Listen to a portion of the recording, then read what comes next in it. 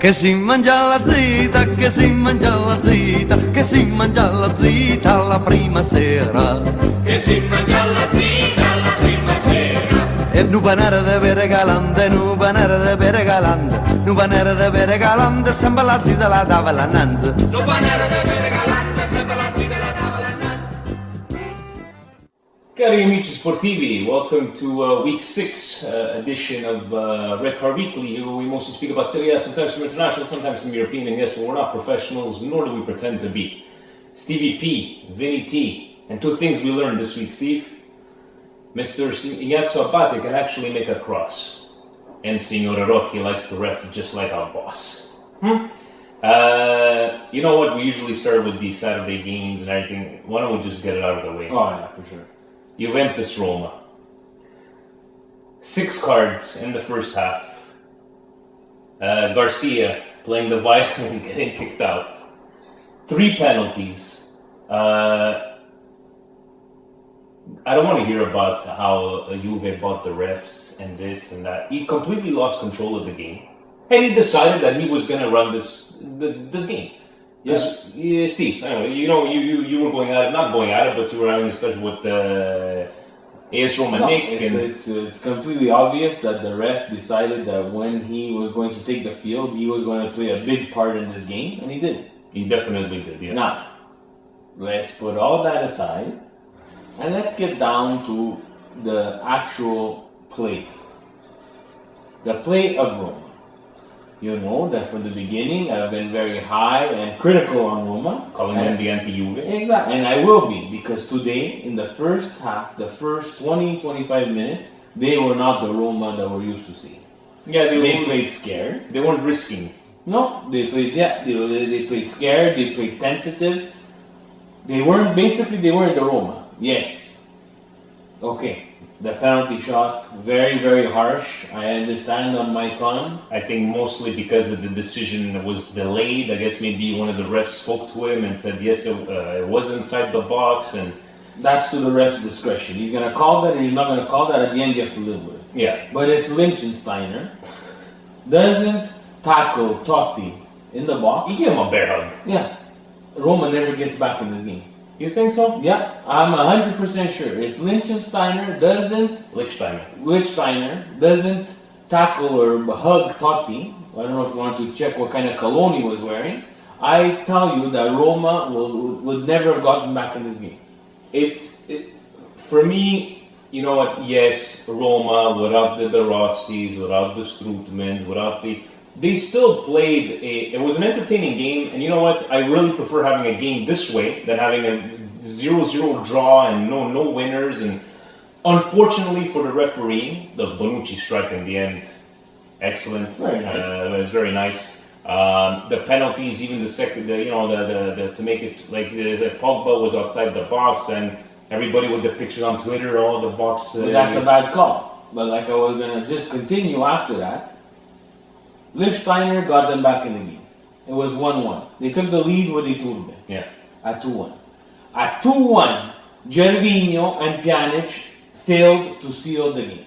At 2-2 as well, too, at the end of the second half. If they seal the game 3-1, Juve, yes, they're the champions, but we'll lose a little bit of swag at 3-1. Yeah. I'm not telling you that I'm 100% sure they're not going to come back. Anything's possible at Juve Stadium. We all know that. But at 3-1, you put a very, very large dent in their ego. You as Roma failed to do that. So Julian Martinez, you could say whatever you want. Oh my God, Roma, we got outduked. No, you didn't seal the game. That's the bottom line. Everybody else, all the other Roma fans, come at us, tell us whatever you feel. That's the bottom line. The way I would like to compare something similar to put everybody in perspective is we'll talk about the 2002 South Korea, how we got screwed against South Korea, but if Vieri would have scored that goal from 3 feet out, we wouldn't be talking about how we got screwed by the refs. So yes, Roma fans, we feel you. The calls did not go in your... Some of them went on your way, some of them didn't, but even Rudy Garcia said at the end, he goes, if Pjanic and Gervinho, the handsomest man in SerieA, would have nailed those opportunities, and even at 2-2, there were those couple of attacks that they had, At 3-2, you have 10 minutes But left. that's the difference between winning Scudetto and finishing second for the past 7 years. Yeah. You're gonna finish second if you don't find a way to win these games. You're gonna finish second. You're gonna be proud. Yay, we're second. Whoa, Champions League. Yeah, yay. You're gonna have 0 trophies. You're gonna still be at whatever Scudetto number that you are if you don't win these games. That's the bottom line. That's what we're trying to tell you. Yeah. You could always say, yeah, but Milan fans, they always talk about the history. Yeah, we talk about the history because we made history. We didn't buy 7 Champions League trophies. We didn't buy 18 Scudettos. Maybe some. We never know. But I'm just saying, we talk about the history because that's the bottom line. We made history to talk about. And that's it. Yeah. So stop your arrogance as Roma fans. Take the loss. Move on to the next game. At the beginning of the week, everybody on Twitter, this is the hardest match for us, Roma. This is crazy, everybody. I can't believe it. Juve Stadium hardest match. Yeah, where have you people been for the last 100 years? There's also a derby, which is probably the hardest game of all, because even if Roma's at plus 30 and Lazio is at minus 2 points, they will still bite each other in the head. So that's a hard game. Yeah. You also took out of the loop Napoli, Inter, Milan. Those games will be hard for you, whether you like it or not. You're going to win them maybe, but they're going to be hard. They're going to take, so you schedule watch before you actually play this game. So you deserve all the criticism that you're going to get, and I'm going to give you the criticism because I don't care. That's the truth.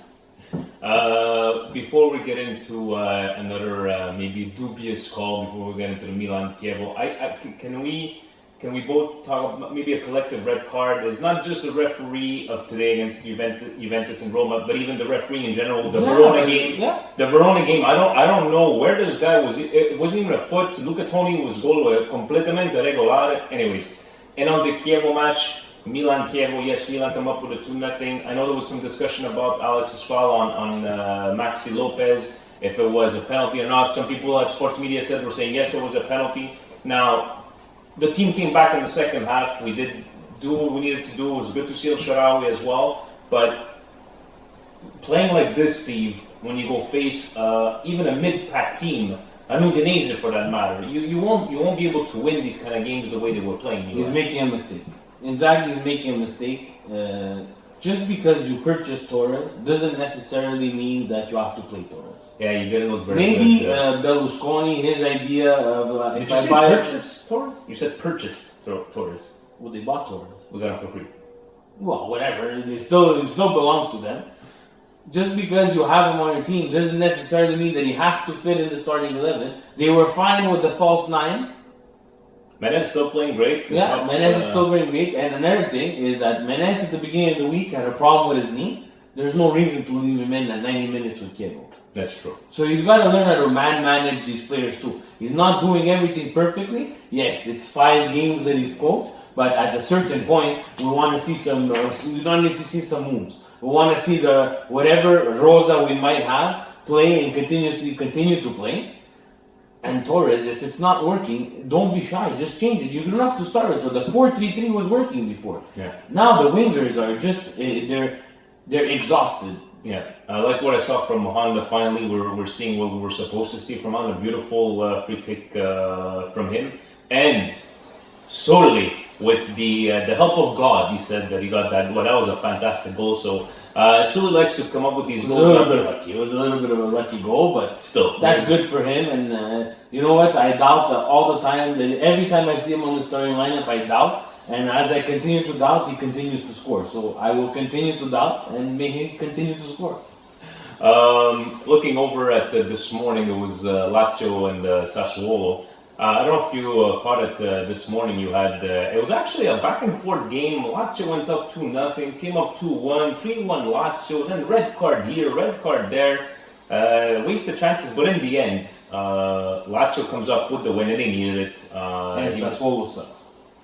Yeah, I think. And Sassuolo is terrible. It's not even like, everybody. I remember how everybody was like getting a hard on about Simone Zaza, about the national team and this, and it's like Simone Zaza is playing in Sassuolo, guys. With those kind of teammates that they have, they did try to make some sort of comeback, but they still have yet to win a game. He's non-existent. Even if he plays with look, Berardi is not a bad player. No, But Zaza with Sassuolo is almost non-existent. yeah. And Lazio playing Palermo and Sassuolo in consecutive weeks probably helped them out Yeah. because it gave them a little bit of motivation. But they have problems too. Yeah, they need to come up. Like, They weren't able to close the game. They gave up some cheap goals, cheap penalty. Marchetti did stand on his head a couple of times against Sassuolo. He made some big saves. Yeah. But Sassuolo. So, I'm very surprised, and I didn't think that was gonna happen. I think they'll be if their players and their coach don't find some kind of system to help each other out, they might be lower than Empoli and Cesena. or what they'll do is they'll fire. That was a good move. They'll fire Di Francesco and then I hire him back for for La Salvezza. Even speaking of sucking, I really feel bad for Iachini, the coach of Palermo, losing 3-0 this morning. Zamparini, I wouldn't want him as a boss, so we'll see where Palermo goes. Still two teams to still win a game. After we had a couple of good games, I was watching Napoli and Fiorentina. Steve, you were watching Napoli-Torino. Napoli-Torino. You were watching. We'll start off with Napoli. Napoli, Steve, started off absolutely horrible. Higuain couldn't buy a goal if he wanted to.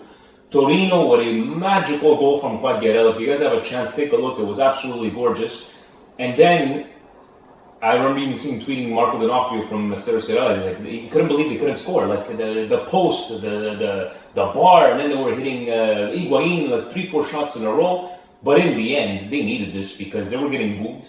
I was watching a live stream from BT Sports, and they kept on talking about they need to win because I think Benitez is going to go. In the end, Insigne scores. You had to see the look in his face, the way he was so happy, and come up with the comeback win for 2-1. Do you think if they would have a draw or even lost against Torino, is he on a thin line, Benitez? I think he has to be on a thin line, but at Napoli, no one knows. Only De Laurentiis knows what he wants to do at Napoli. I was able just to see the highlights because I was watching Inter and Fiorentina. Look, when you're mentally not there and everything's going wrong, everything is going wrong. Like Napoli, they won today, but I think they hit rock bottom. They cannot get lower than today.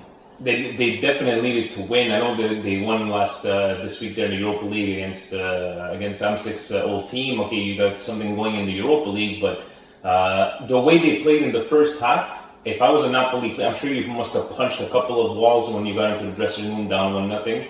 But Napoli needs to continue doing it because if not, I truly believe I think Benitez by Christmas time, if they're in the bottom, 6th, 7th in Serie A, and not doing great in the Europa League, I think they might have to pull the plug and get somebody. So maybe Rafa Benitez is not as great as a coach as everybody thinks. Yes, when you have superstar players, it's great. But if De Laurentiis ain't going to get you those players, and he's only going to get you guys like Michu and David Lopez, I believe his name is. Anyways, I hope for our Napoli fans that they get some sort of things going and try to get back into that. Give a bit more competition to the first 6 spots in Serie A. I know that as Milanistas we can't make fun of anybody in Serie A because we're not in a good position, except for Inter.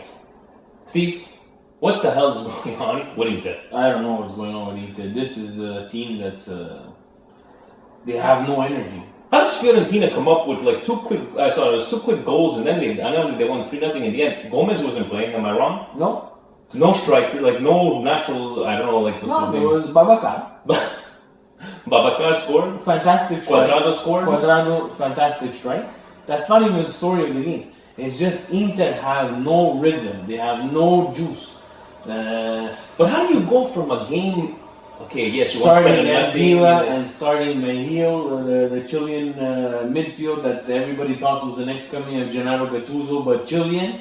Look, guys, just going back and forth with Nima from Centro Inter. Love talking to him. He's an Interista. I don't like Inter, but when an Interista agrees with a Milanista about what's going on with Inter, there's a problem. Yeah, there's a problem because they can't generate anything. A bit more. It looks like we're looking at a type of Lazio like Dr. Jekyll and Mr. Hyde. How Inter goes from one, like, they weren't out doing. They got some great results in the first couple. They were of keeping games. clean sheets. They weren't getting a lot of chances. Okay, they got screwed the first match day against Torino. Yeah, and then with the Cagliari game, it was just The Cagliari game just did a complete 360. But today, you thought they would at least have a little bit of pushback. They had no pushback whatsoever. That's 5 goals from the Cagliari game, another 3 today. That's 8 goals on Andanovic, and he stopped the penalty shot in the game against Cagliari. So, like I was saying, just tweeting about, Mazzarri needs to figure out something, because maybe 3-5-2 is not going to work for them. And I think he needs to do it fast, because I know a lot of people are talking about, a lot more of Rafa Benitez leading, but I think Mazzarri too might be. Mazzarri he's the happiest person that Napoli is doing almost as bad as Inter, because no one talks about him. But today, his 3-5-2 was just not generating anything. At a certain point, maybe 3-5-2 is not the way you should finish the game. Especially at 2-0. You might as well try something. Yeah. Go to a 4-3-3. Inject another forward. Keep Palacio, keep Icardi, and keep Osvaldo on the field at the same time. Move them around. Create Hernandez off the bench. I don't know why you went and purchased Hernandez if you're bringing him. I like him. He was a great playmaker. He plays very well. Someone's gonna have to give there, but at a certain point you have to figure it out, because Fiorentina is not this super powerhouse offensive team. I really wasn't expecting this kind of scoreline. And I have to give credit to Fiorentina, because they were very organized. They kept a lot of possession. They were dangerous when they had to be dangerous. They were pressing Inter. Inter was didn't look like they were in the game at all. Montella as Fiorentina, minus those 2 pieces, Gomez and Rossi, he's still getting points. You would expect Fiorentina minus those 2 pieces against the Cesena, against an Empoli to come up with it, but not against Inter. Not against Inter. So we'll see what Inter does. Even them as well. They're winning one in the Europa League. I know that we had the best the best record country-wise in the Champions League. So let's keep it up from over there. Of course, as Italians, we tell you when we're good, but we don't tell you when we're bad. Do you have a red card in the refereeing? No, we cannot give a red card. It has to be that. It has to be the referee. It has to be the referee. Can I put a little side? Of course you can. We know we like to joke around about the arbitri Juventini and everything, guys. You can joke around on Twitter and everything about how the referees are bought, but when you come out and really say that Juventus bought the referees and there's a conspiracy going around, seriously, just you're embarrassing yourself. Some people even high up there that people follow and everything, just stop. There's no conspiracy going on. There's nothing. There's no money being exchanged behind the things. Juventus won, and it's unfortunate that Rocchi today just completely lost control of the game, and he made those calls. And yes, most of them were more favorable in their way. Maybe yes, a tie would have been the most the better result. Yeah. But guys, Bonucci's move at that 5 minutes before that deserved to win the game just on that goal. That has to be a match winner. But then it brings up another point: are they gonna ever figure out this offside rule? That's very good. Very good. We'll leave you with that. Guys, I'd like to thank you very much once again, and keep watching, keep retweeting. Forza Roma! Ciao.